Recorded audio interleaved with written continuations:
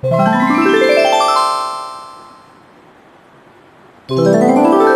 നമ്മൾ പഠിക്കുന്നത് Ohm's law. അപ്പോൾ അതിനുവേണ്ടി നമ്മളൊരു ചെറിയ കണ്ടക്ടർ എടുക്കുകയാണ്. ആ കണ്ടക്ടർ ഒരു സെല്ലുമായിട്ട് കണക്ട് ചെയ്തു. അതായത് ആ ഒരു കണ്ടക്ടറിന് നമ്മൾ പൊട്ടൻഷ്യൽ ഡിഫറൻസ് കൊടുത്തു, വി വോൾട്ടേജ് അപ്ലൈ ചെയ്തു. ഓക്കെ, പൊട്ടൻഷ്യൽ ഡിഫറൻസ് എന്ന് പറഞ്ഞാൽ വോൾട്ടേജ്. ഒരു മെറ്റൽ വയർ, ഒരു കോപ്പർ വയർ എടുത്തു. ആ വയർ നമ്മളൊരു ബാറ്ററി ആയിട്ട് കണക്ട് ചെയ്തു എന്ന് വിചാരിക്കുക. ആ ഒരു സിറ്റുവേഷൻ, അതായത് ഈ രണ്ട് എൻഡ്സ് തമ്മിലുള്ള പൊട്ടൻഷ്യൽ ഡിഫറൻസ് ആണ് വി. അതായത് ഈ ഒരു എൻഡ് 0 വോൾട്ട് ആണെങ്കിൽ ഈ ഒരു എൻഡ് വി വോൾട്ട് ആയിരിക്കും. അതാണ് ഉദ്ദേശിക്കുന്നത് വോൾട്ടേജ് എന്ന് പറഞ്ഞാൽ. അപ്പോൾ പൊട്ടൻഷ്യൽ ഡിഫറൻസ് അപ്ലൈ ചെയ്യുമ്പോൾ ഇവിടെ ഒരു ഇലക്ട്രിക് ഫീൽഡ് ഉണ്ടാവും. ആ ഇലക്ട്രിക് ഫീൽഡ് കാരണം ഇതിലുള്ള ഇലക്ട്രോൺസിന് ഒരു ഫോഴ്സ് കിട്ടും. ഇലക്ട്രോൺസ് പോസിറ്റീവ് സൈഡിലേക്ക് മൂവ് ചെയ്യുന്നു, ഡ്രിഫ്റ്റ് ചെയ്യുന്നു. ഇതൊക്കെ കഴിഞ്ഞ ക്ലാസ്സിൽ നമ്മൾ പഠിച്ചതാണ്. അതായത് അവിടെ ഒരു കറണ്ട് ഉണ്ടാവുന്നു, ഐ. വി പൊട്ടൻഷ്യൽ അപ്ലൈ ചെയ്തപ്പോൾ അല്ലെങ്കിൽ വി വോൾട്ടേജ് കൊടുത്തപ്പോൾ ഉണ്ടായ കറണ്ട് ഐ ആണെന്ന് വിചാരിക്കുക. ഇനി ഇതേ കണ്ടക്ടറിന് നമ്മൾ വേറൊരു ബാറ്ററി ആയിട്ട് കണക്ട് ചെയ്യാണ്. അതായത് അതിൻ്റെ വോൾട്ടേജ് 2V ആണ്, കൂടുതലാണ്, ഇതിനേക്കാൾ ഡബിളാണ് രണ്ടാമത് കണക്ട് ചെയ്ത ബാറ്ററി എന്ന് വിചാരിക്കുക. അപ്പോഴെന്താ സംഭവിക്കുക? വീണ്ടും ഇലക്ട്രിക് ഫീൽഡ് ഉണ്ടാവും, പക്ഷെ നേരത്തേതിനേക്കാൾ അത് കൂടുതലായിരിക്കും. അതുകൊണ്ട് തന്നെ ഇലക്ട്രിക് ഫീൽഡ് കൂടുതലായതുകൊണ്ട് തന്നെ ഇലക്ട്രോൺസിന് കിട്ടുന്ന ഫോഴ്സ് കൂടുതലാണ്. അതുകൊണ്ട് അതിൻ്റെ വെലോസിറ്റി കൂടുതലാണ്. അതുകൊണ്ട് തന്നെ അതിലൂടെയുള്ള യൂണിറ്റ് ടൈമിൽ ഒരു ക്രോസ് സെക്ഷനിലൂടെ പാസ് ചെയ്ത് പോകുന്ന കറൻറ്റും എന്തായിരിക്കും? കൂടുതലായിരിക്കും. അപ്പോൾ 2V കൊടുത്ത സമയത്ത് നമുക്കവിടെ ഐ ആണ് കിട്ടിയത്. അങ്ങനെയാണെങ്കിൽ 2V കൊടുത്തപ്പോൾ അവിടെ നമുക്ക് 2I കിട്ടിയെന്ന് പറയാം, അല്ലേ? അതായത് വി കൂടുന്നതിനനുസരിച്ച് ഐയും എന്ത് ചെയ്യുന്നുണ്ട്? കൂടുന്നുണ്ട്. വോൾട്ടേജ് കൂടുന്നതിനനുസരിച്ച് കറൻറ്റും കൂടുന്നു, അല്ലെങ്കിൽ പൊട്ടൻഷ്യൽ ഡിഫറൻസ് കൂടുന്നതിനനുസരിച്ച് കറൻറ്റും കൂടുന്നു. ഈ ഒരു റിലേഷൻ, കറൻറ്റും വോൾട്ടേജും തമ്മിലുള്ള റിലേഷൻ പറഞ്ഞു തരുന്ന ലോ ആണ് ഓംസ് ലോ എന്ന് പറയുന്നത്. ജോർജ് സൈമൺ ഓം എന്ന സയൻറ്റിസ്റ്റാണ് ഓംസ് ലോ സ്റ്റേറ്റ് ചെയ്തത്. സ്റ്റേറ്റ്മെൻറ്റ് ഇങ്ങനെയാണ്: at constant temperature current through the conductor is directly proportional to the potential difference. Okay, temperature constant ആയിരിക്കുമ്പോൾ ഒരു കണ്ടക്ടറിലൂടെയുള്ള കറൻറ്റ് ആ കണ്ടക്ടറിൻ്റെ എൻഡ് പോയിൻറ്റ്സിലുള്ള പൊട്ടൻഷ്യൽ ഡിഫറൻസിന് നേരനുപാതത്തിലായിരിക്കും, ഡയറക്റ്റ്ലി പ്രൊപ്പോർഷണൽ ആയിരിക്കും. That is I proportional to V, അല്ലെങ്കിൽ നമുക്ക് എങ്ങനെ പറയാം? V proportional to I. Proportionality sign മാറ്റാൻ വേണ്ടി നമ്മളൊരു കോൺസ്റ്റൻ്റ് കൊണ്ട് മൾട്ടിപ്ലൈ ചെയ്യണം. നമ്മൾ ഇവിടെ എടുക്കുന്ന കോൺസ്റ്റൻ്റ് എന്ന് പറയുന്നത് ക്യാപിറ്റൽ ലെറ്റർ ആർ ആണ്. V is equal to I R, where R is called resistance. ഈ ഇക്വേഷനാണ് mathematical form of Ohm's law. V is equal to I into R. അതായത് പൊട്ടൻഷ്യൽ ഡിഫറൻസ് കൂടുമ്പോൾ ഐയും കൂടുന്നു. അങ്ങനെയാണെങ്കിൽ നമ്മളൊരു ഗ്രാഫ് വരച്ചാൽ, ഒരു IV ഗ്രാഫ് വരച്ചാൽ അതിൻ്റെ നേച്ചർ എങ്ങനെയായിരിക്കും? It should be A straight line. ഒരു VI ഗ്രാഫ് നമ്മൾ കൺസിഡർ ചെയ്താൽ അതിൻ്റെ ഗ്രാഫ് നമുക്ക് കിട്ടുന്നത് ഒരു സ്ട്രെയിറ്റ് ലൈൻ ഗ്രാഫായിരിക്കും, അല്ലേ? Y ആക്സിസിൽ വിയും X ആക്സിസിൽ ഐയും ഇമാജിൻ ചെയ്തു എന്ന് വിചാരിക്കും. ഇനി ഈ ഗ്രാഫിൻ്റെ സ്ലോപ്പ് നമുക്ക് എന്താ തരിക? ഇതിൻ്റെ ഒരു സ്ലോപ്പ് എങ്ങനെ നമ്മൾ സ്ലോപ്പ് കാണുക? ഈ സ്ട്രെയിറ്റ് ലൈനിന്, അതായത് ഈ ഒരു ഗ്രാഫിന്, ഇതാണ് നമ്മുടെ ഗ്രാഫ്, ഈ ഗ്രാഫിൻ്റെ മുട്ടിച്ചുകൊണ്ട് നമ്മളൊരു ട്രയാങ്കിൾ ഇമാജിൻ ചെയ്യും, അല്ലേ? ഒരു ട്രയാങ്കിൾ എടുക്കുകയാണ്. ഓക്കെ, ഈ ആംഗിൾ തീറ്റയാണെങ്കിൽ ഇവിടെ കൊടുത്തിരിക്കുന്ന ഈ ആംഗിളും തീറ്റയായിരിക്കും. ആംഗിൾ കിട്ടിയാൽ സ്ലോപ്പ് എങ്ങനെയാണ് കാണുക? Tan theta gives the slope, അല്ലേ? അപ്പോൾ ഇവിടെ ട്രയാങ്കിൾ നമ്മൾ പേര് കൊടുക്കുകയാണ് ABC. അങ്ങനെയാണെങ്കിൽ from the triangle ABC, what's the value of tan theta? Tan theta is equal to BC by AB, അതായത് opposite side by adjacent side, അല്ലേ? ടാൻ തീറ്റ എന്ന് പറഞ്ഞാൽ opposite side by adjacent side. ഇവിടെ തീറ്റയുടെ opposite ആയിട്ട് നിൽക്കുന്നത് BC by AB. BC എന്ന് പറഞ്ഞാൽ Y ആക്സിസിന് പാരലൽ, അതായത് V by I. From Ohm's law, V is equal to IR. Therefore, what is V by I? that is R, resistance. That means the slope of IV graph gives resistance. Okay, x-ആക്സിസിൽ ഐയും y-ആക്സിസിൽ വിയും വോൾട്ടേജും എടുക്കുമ്പോൾ ആ ഗ്രാഫിൻ്റെ slope നമുക്ക് തരുന്നത് resistance ആണ്. Okay, I V മാറിയെടുക്കുകയാണെങ്കിൽ നമുക്ക് slope കിട്ടുന്നത് 1 റെസിസ്റ്റൻസ് ആയിരിക്കും. ഓക്കെ, അപ്പോൾ എന്താ ക്വസ്റ്റ്യനിൽ തന്നത്, അല്ലെങ്കിൽ ഇവിടെ എക്സ് ആക്സിസിൽ ഏതാ വരുന്നത് നിങ്ങളെപ്പോഴും ശ്രദ്ധിക്കണം. അങ്ങനെയാണെങ്കിൽ റെസിസ്റ്റൻസ് എന്താണ്? റെസിസ്റ്റൻസ് എന്ന് പറഞ്ഞാൽ പ്രതിരോധം.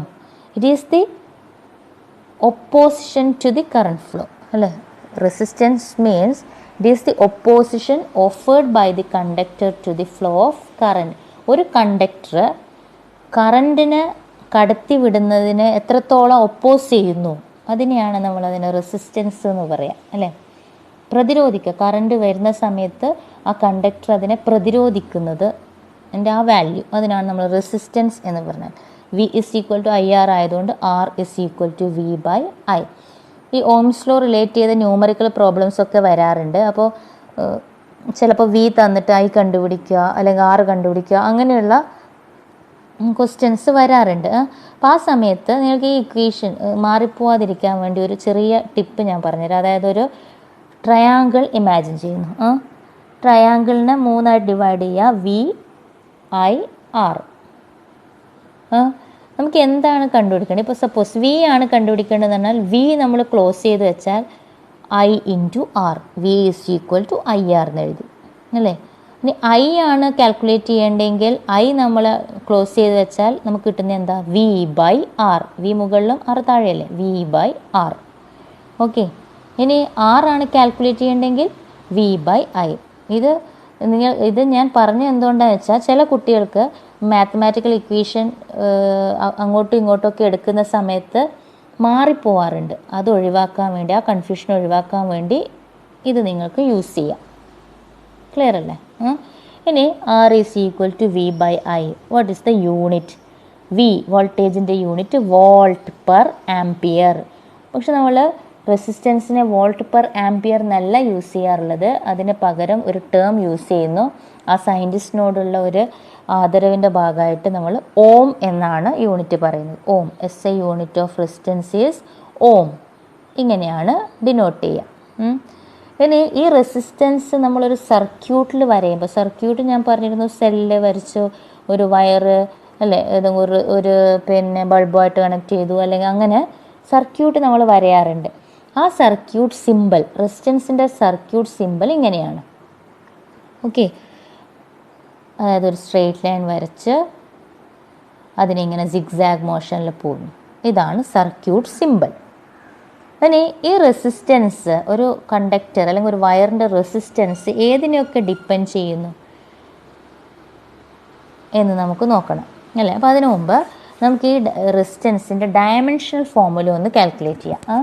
ഡയമെൻഷണൽ ഫോർമുല കാൽക്കുലേറ്റ് ചെയ്യാൻ വേണ്ടി നമ്മൾ യൂസ് ചെയ്യുന്നത് ഈ ഒരു ഇക്വേഷനാണ്, V by I, voltage by current. Voltage V എന്ന് പറഞ്ഞാൽ എന്താ? Potential V is equal to W by Q അല്ലേ. W by Q into I എന്ന് സബ്സ്റ്റിറ്റ്യൂട്ട് ചെയ്തു.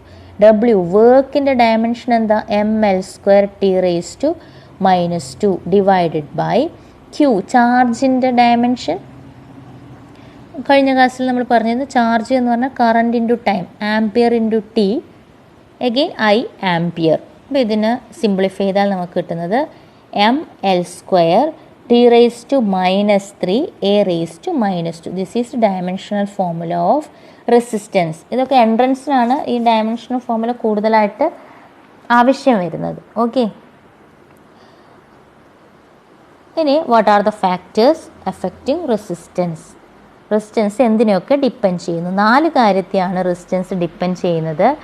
അതായത് കണ്ടക്ടറിൻ്റെ ഡയമെൻഷനെ അത് ഡിപ്പെൻഡ് ചെയ്യുന്നുണ്ട്. ദാറ്റ് ഈസ് ലെങ്ത്ത്, അതേപോലെ ഏരിയ ഓഫ് ക്രോസ് സെക്ഷൻ, പിന്നെ nature of the material and temperature. ഈ 4 കാര്യത്തെ റെസിസ്റ്റൻസ് ഡിപ്പെൻഡ് ചെയ്യുന്നുണ്ട്. അതായത് ലെങ്ത്ത് മാറുമ്പോൾ റെസിസ്റ്റൻസ് മാറും. ഒരു വയറിൻ്റെ ഏരിയ ഓഫ് ക്രോസ് സെക്ഷൻ മാറുമ്പോൾ റെസിസ്റ്റൻസ് മാറുന്നു. മെറ്റീരിയൽ മാറുമ്പോൾ കോപ്പറിനുള്ള റെസിസ്റ്റൻസ് ആയിരിക്കില്ല അയേണിന് അല്ലെങ്കിൽ നിക്കലിന്. അങ്ങനെ മെറ്റീരിയൽ മാറുമ്പോൾ റെസിസ്റ്റൻസ് മാറുന്നുണ്ട്. അതേപോലെ ടെമ്പറേച്ചർ മാറുമ്പോൾ റെസിസ്റ്റൻസ് എന്ത് ചെയ്യും? മാറും. അതുകൊണ്ടാണ് ഓംസ് ലോ പറയുമ്പോൾ നമ്മൾ പറയുന്നുണ്ട് at constant temperature resistance have particular value അല്ലേ. ടെമ്പറേച്ചർ മാറുമ്പോൾ റെസിസ്റ്റൻസ് എന്ത് ചെയ്യും? വേരി ചെയ്തുകൊണ്ടേയിരിക്കും. അപ്പോൾ അതിൻ്റെ ഇക്വേഷൻ എന്ന് പറഞ്ഞാൽ R is equal to rho L by A. Length കൂടുമ്പോൾ റെസിസ്റ്റൻസും എന്ത് ചെയ്യുന്നു? കൂടുന്നു. ഓക്കെ.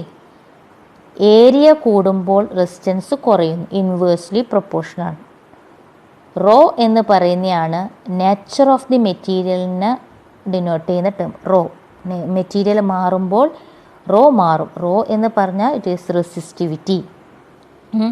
അത് ഓരോ മെറ്റീരിയൽ മാറുന്നതിനനുസരിച്ച് റെസിസ്റ്റിവിറ്റി മാറും. അതുകൊണ്ട് തന്നെ അതിന് പറയുന്ന ഒരു പേരാണ് specific resistance. Okay, also known as specific resistance. Rho എന്ന ഡിനോട്ട് ചെയ്യുന്നു. റോ എന്ന ലെറ്റർ വെച്ചിട്ടാണ് റെസിസ്റ്റിവിറ്റിയെ ഡിനോട്ട് ചെയ്യുക. അപ്പോൾ R is equal to rho L by A. Therefore rho is equal to R A by L. അങ്ങനെയാണെങ്കിൽ റെസിസ്റ്റിവിറ്റി നമുക്ക് എങ്ങനെ ഡിഫൈൻ ചെയ്യാം? ഡിഫൈൻ ചെയ്യാന്ന് പറഞ്ഞാൽ ഏതെങ്കിലും ഒരു ക്വാണ്ടിറ്റി ആയിട്ട് ഇക്വേറ്റ് ചെയ്യുക, ബാക്കിയൊക്കെ യൂണിറ്റി എന്ന് കൊടുക്കുക അല്ലേ. That is it is the resistance of the conductor with unit length and unit area of cross section. Unit നീളമുള്ള അതേപോലെ യൂണിറ്റ് ഏരിയ ഓഫ് ക്രോസ് സെക്ഷനുള്ള ഒരു വയറ് കറണ്ട് ഫ്ലോനെ റെസിസ്റ്റ് ചെയ്യുന്നത് അല്ലെങ്കിൽ അതിൻ്റെ റെസിസ്റ്റൻസ് എത്രയാണോ അതിനെയാണ് നമ്മൾ എന്ത് പറയുന്നത്? റെസിസ്റ്റിവിറ്റി എന്ന് പറയാം. What's the unit? ഓം. ഏരിയയുടെ യൂണിറ്റ് മീറ്റർ സ്ക്വയർ ബൈ ലെങ്ത്തിൻ്റെ unit metre. Ohm metre square by metre, അതായത് ohm metre. Ohm metre is the unit. ഇനി റെസിസ്റ്റൻസും റെസിസ്റ്റിവിറ്റിയും കണ്ടക്ടറിൻ്റെ എന്താണെന്ന് നമ്മൾ പറഞ്ഞു. ഈ റെസിസ്റ്റൻസ് പറയുമ്പോൾ തന്നെ ഇതിന് രണ്ടിനും റെസിപ്രോക്കലായിട്ട് വരുന്ന ടേംസ് ആണ് കണ്ടക്റ്റൻസ് ആൻഡ് കണ്ടക്ടിവിറ്റി അല്ലേ. റെസിസ്റ്റൻസ് എന്ന് പറഞ്ഞാൽ എന്താ? It is the opposition to the current flow. Current ഫ്ലോനെ പ്രതിരോധിക്കുന്നതിനാണ് റെസിസ്റ്റൻസ് എന്ന് പറയുക. കണ്ടക്റ്റൻസ് എന്തായിരിക്കും? കറണ്ടിനെ കടത്തിവിടുക അല്ലേ, അനുവദിക്കുക. കറണ്ട് ഫ്ലോയെ അനുവദിക്കുന്നതിനാണ് കണ്ടക്റ്റൻസ് എന്ന് പറയുക. അതായത് it is the reciprocal of resistance.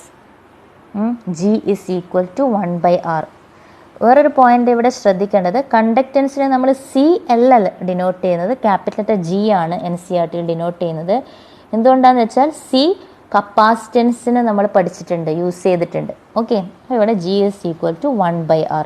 അതായത് റെസിസ്റ്റൻസ് കൂടുമ്പോൾ കണ്ടക്റ്റൻസ് കുറവായിരിക്കും. നമുക്ക് ആലോചിച്ചാൽ മനസ്സിലാവുന്നതല്ലേ അല്ലേ. ഇനി വാട്ട്സ് ദ യൂണിറ്റ്? 1/Ohm, അതായത് ഓം ഇൻവേഴ്സ്. ഓം ഇൻവേഴ്സിനെ നമ്മൾ പറയുന്നതാണ് മോ അല്ലെങ്കിൽ സീമെൻസ്. ഓം എന്ന് പറഞ്ഞാൽ OHM. ഓം ഇൻവേഴ്സ് എന്ന് പറഞ്ഞാൽ MHO. അതിനെ തിരിച്ചെഴുതി. ഓക്കെ, മോ അല്ലെങ്കിൽ സീമെൻസ്. സീമെൻസ് ഡിനോട്ട് ചെയ്യുന്ന സിമ്പിൾ S ആണ്, capital letter S. Small letter S second, ടൈമിൻ്റെ യൂണിറ്റ് ആണ്. ഇത് ക്യാപിറ്റൽ ലെറ്റർ S ആണ് സീമെൻസ്. അപ്പോൾ റെസിപ്രോക്കൽ ഓഫ് റെസിസ്റ്റൻസ് ആണ് conductance. Similarly reciprocal of resistivity is known as conductivity. Sigma. Sigma is equal to 1/rho. What is the unit? 1/rho. 1/rho യുടെ unit ohm metre. Ohm metre അതായത് ohm inverse metre inverse or siemens metre inverse എന്ന് പറയും. ഇത് നമുക്ക് ഇനി അങ്ങോട്ട് conductivity ഇനി അങ്ങോട്ടുള്ള ഡെറിവേഷനിലൊക്കെ യൂസ് ചെയ്യുന്നതുകൊണ്ടാണ് ഇപ്പോൾ തന്നെ അത് പറഞ്ഞു തന്നത്. ഇത്രയാണ് ഇന്നത്തെ ക്ലാസ്സിൽ നമ്മൾ പഠിച്ചത്. Ohm's law, I proportional to V. V is equal to IR. Slope of VI graph gives resistance. Okay, അതേപോലെ resistance R is equal to rho L by A. Resistivity rho is equal to RA by L. Conductance is 1/R. Conductivity sigma is equal to 1/rho. ഇത്രയും കാര്യങ്ങളാണ് ഇന്ന് പഠിച്ചത്. Clear ആയിട്ടുണ്ടെന്ന് വിചാരിക്കുന്നു. Okay, thank you.